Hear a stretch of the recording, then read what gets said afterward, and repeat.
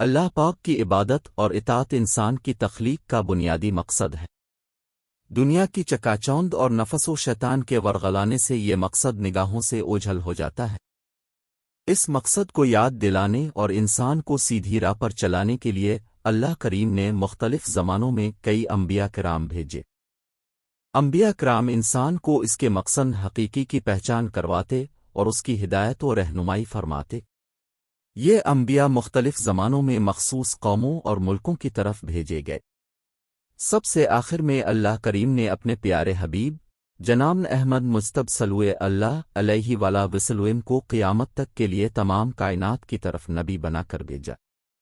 آپ کی آمد سے پہلے گزشتہ انبیاء کرام کی تعلیمات بھلا دی گئی تھیں، دنیا جہالت کے اندھیروں میں بھٹک رہی تھی، کئی برائیوں نے دنیا کے سارے معاشروں کو اپنی لپیٹ میں لے رکھا تھا۔